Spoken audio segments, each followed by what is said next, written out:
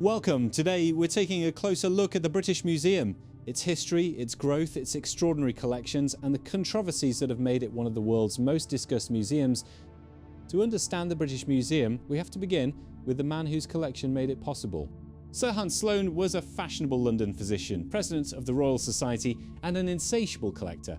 Over 7 decades, Sloane amassed over 71,000 items, dried botanical specimens, preserved reptiles, coins, manuscripts, prints, and ethnographic artifacts from across the Atlantic, including Jamaica, where he had lived as a young physician. Upon his death in 1753, at the age of 92, Sloane left his colossal collection to King George II in exchange for a payment of £20,000 to go to his daughters, a sum far below the actual market value. His explicit condition was that the collection was to be kept intact and opened to the public.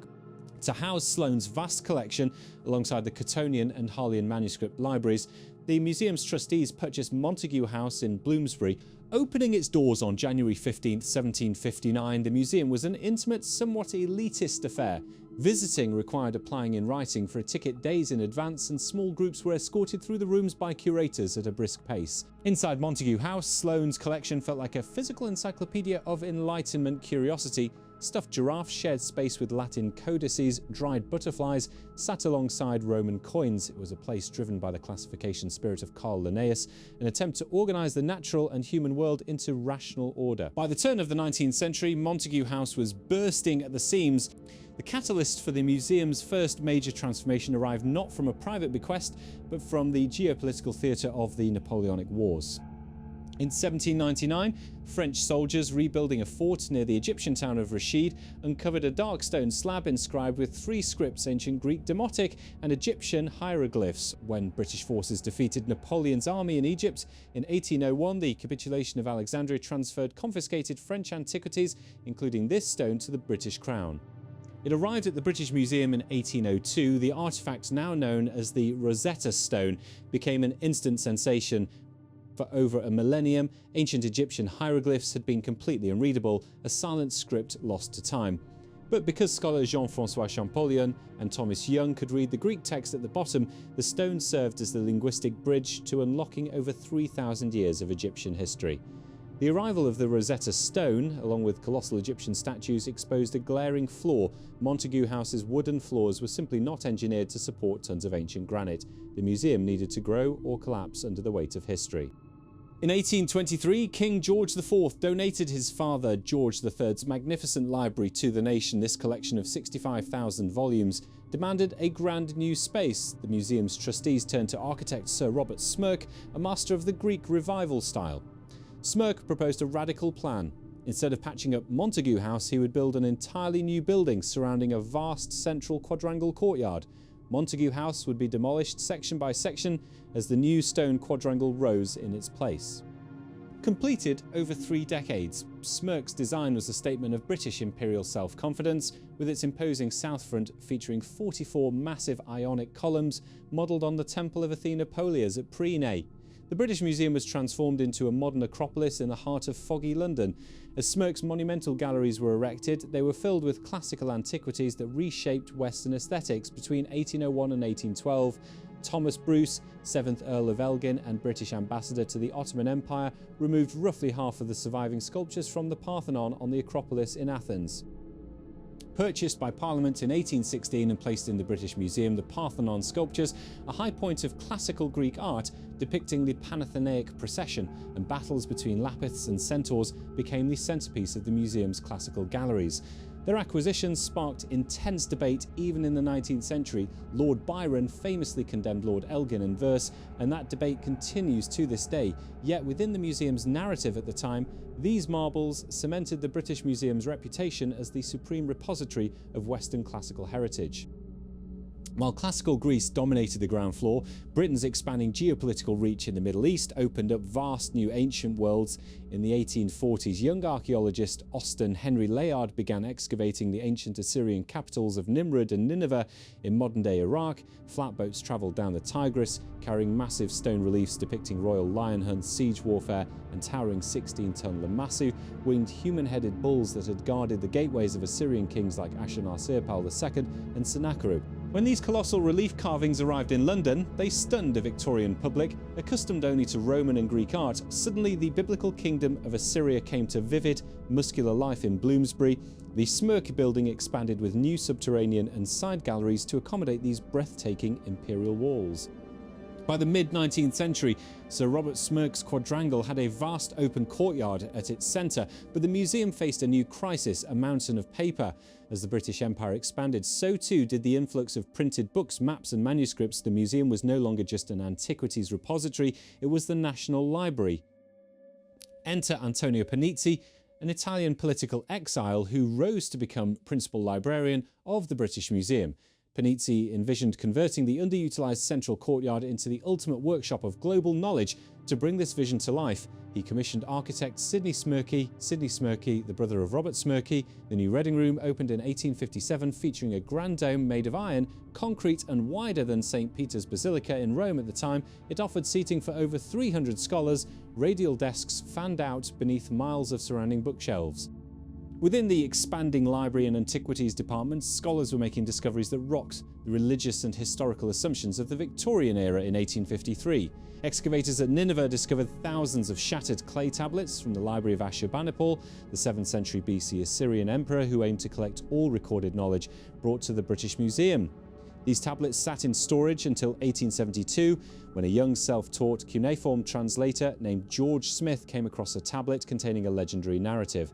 It was the Flood tablet, this the 11th tablet of the Epic of Gilgamesh. Smith read of a man instructed by gods to build a ship, fill it with animals, and survive a catastrophic deluge sent to wipe out humanity, a story strikingly parallel to Noah's Ark in the Genesis narrative, but predating the Hebrew Bible by centuries. According to contemporary accounts, Smith was so overwhelmed by his discovery that he began stripping off his clothes in excitement. The museum was no longer just preserving objects, it was recalibrating human understanding of scripture and world history. During the late 19th century, public interest expanded beyond Greece, Rome and Egypt into European, African and Asian histories. Among the museum's acquisitions during this golden age of Victorian expansion were the Lewis chessmen, carved from walrus ivory and whale teeth in 12th century Scandinavia and discovered buried on a beach on the Isle of Lewis in 1831, and the Royal Gold Cup, a magnificent solid gold vessel decorated with translucent enamel made for the French royal family in the late 14th century. Yet this era of expansion had a dark, destructive side. In 1897, British troops launched a punitive expedition against the Kingdom of Benin, modern-day Nigeria. The city was looted, burned, and thousands of sophisticated bronze and brass plaques and sculptures were confiscated. Hundreds of these Benin Bronzes entered the British Museum, showcasing the magnificent artistic achievements of West Africa, but linking them forever to imperial conquest and violent dispossession. By the late 19th century, the British Museum was so overflowing that no single building could hold its contents. In 1881, the museum's vast natural history collections, Sloane's preserved animals, fossils and minerals, were moved to a grand new Waterhouse building in South Kensington, creating the Natural History Museum. The British Museum in Bloomsbury would henceforth focus entirely on human history, art and culture. Yet the 20th century brought existential threats. During the First World War, prize collections were moved underground into London tube stations. During the Blitz of World War II in 1940 and 1941, German incendiary bombs struck the museum repeatedly, destroying over 150,000 books in the southwest wing and damaging historic galleries. Fortunately, the museum's most precious treasures, including the Rosetta Stone and Parthenon Sculptures, had been evacuated months earlier into a deep underground railway tunnel in Aberystwyth, Wales, and a slate quarry in Manod. Out of the ashes of war came a renewed focus on Britain's own deep archaeological past. On the eve of World War II in 1939, archaeologist Basil Brown unearthed a massive Anglo-Saxon ship burial on the estate of Edith Pretty at Sutton Hoo in Suffolk. The grave, dating to the early 7th century AD, contained extraordinary treasures: a ceremonial helmet with a human faceplate, gold shoulder clasps inlaid with garnets, a silver feast set from Byzantium, and a jewelled sword belt, donated to the museum by Edith Pretty in its entirety. The Sutton Hoo treasure completely overturned the popular Victorian idea that the post-Roman Dark Ages in Britain were primitive or barbaric. It revealed an Anglo-Saxon world of staggering artistic sophistication connected via trade networks from Scandinavia to the Mediterranean. Decades later, in 1984, the museum acquired Lindow Man, a preserved Iron Age bog body discovered in Cheshire, with his skin, hair and internal organs preserved for 2,000 years by Pete Moss. Lindow Man provided an intimate, eerie look at human sacrifice in pre-Roman Britain. As the 21st century dawned, the foundational premise of the British Museum faced its greatest existential challenge. The question was no longer just what the museum holds, but how it got there and who holds the right to tell its story. For critics, anthropologists and source nations, many of the museum's greatest treasures are symbols of trauma. The argument of stolen history asserts that cultural heritage was systematically extracted through unequal colonial power dynamics, military looting and coercion. When the British forces looted the Kingdom of Benin in 1897, or when they stormed Magdala in Ethiopia in 1868, taking sacred tablets and royal regalia, they were not preserving history, they were stripping communities of their spiritual and cultural anchors. For the modern governments of Nigeria, Greece and Egypt, retaining these items in London continues a legacy of imperial dominance. The demand is simple. True healing and historical justice require restitution. A culture cannot be fully understood or celebrated when its most sacred artifacts are held captive in a foreign capital. Conversely, the defenders of the institution champion the concept of the Universal Museum. This philosophy, rooted in the Enlightenment ideals of Sir Hans Sloane, argues that history does not belong exclusively to modern nation-states, but to all of humanity. The argument for preservation points out that by gathering the world's cultures into a single accessible space, visitors can witness the interconnectedness of human civilization. In the British Museum, a student can walk from ancient Mesopotamia to classical Rome, then to Aztec Mexico in a matter of minutes, discovering shared human responses to death, power and the divine, a cross-cultural dialogue that is impossible if collections are scattered back into isolated national silos. Furthermore, proponents argue that the museum serves as a safe harbour. Throughout the 20th and 21st centuries, war, iconoclasm and natural disasters have devastated heritage sites globally, from the Taliban's destruction of the Bamiyan Buddhas to the tragic museum fires in Brazil and India. In this view, the British Museum acts as a secure, globally funded ark for human memory, preserved freely for anyone who can reach its doors. Caught in the centre of this profound ideological tug-of-war, the physical building continued to evolve. For over 140 years, the grand central courtyard of Smirke's building was hidden from public view, completely filled by the stacks of the British Library. But in 1997, the British Library moved to its own new home in St Pancras. Architect Sir Norman Foster was selected to redesign the newly emptied space. Foster's design revealed Smirke's original courtyard walls for the first time in a century, restored the historic round reading room at the centre, and engineered a breathtaking 2-acre glass and steel roof to cover it all. Opened by Queen Elizabeth II in December 2000, the Great Court gave the British Museum a modern open heart, a space where visitors from every corner of the globe gather before fanning out into the surrounding galleries. In the 21st century, the British Museum holds over 8 million objects. To navigate a modern world, the museum is increasingly relying on digital archives, loan programs and deep partnerships with indigenous communities to reinterpret its collections.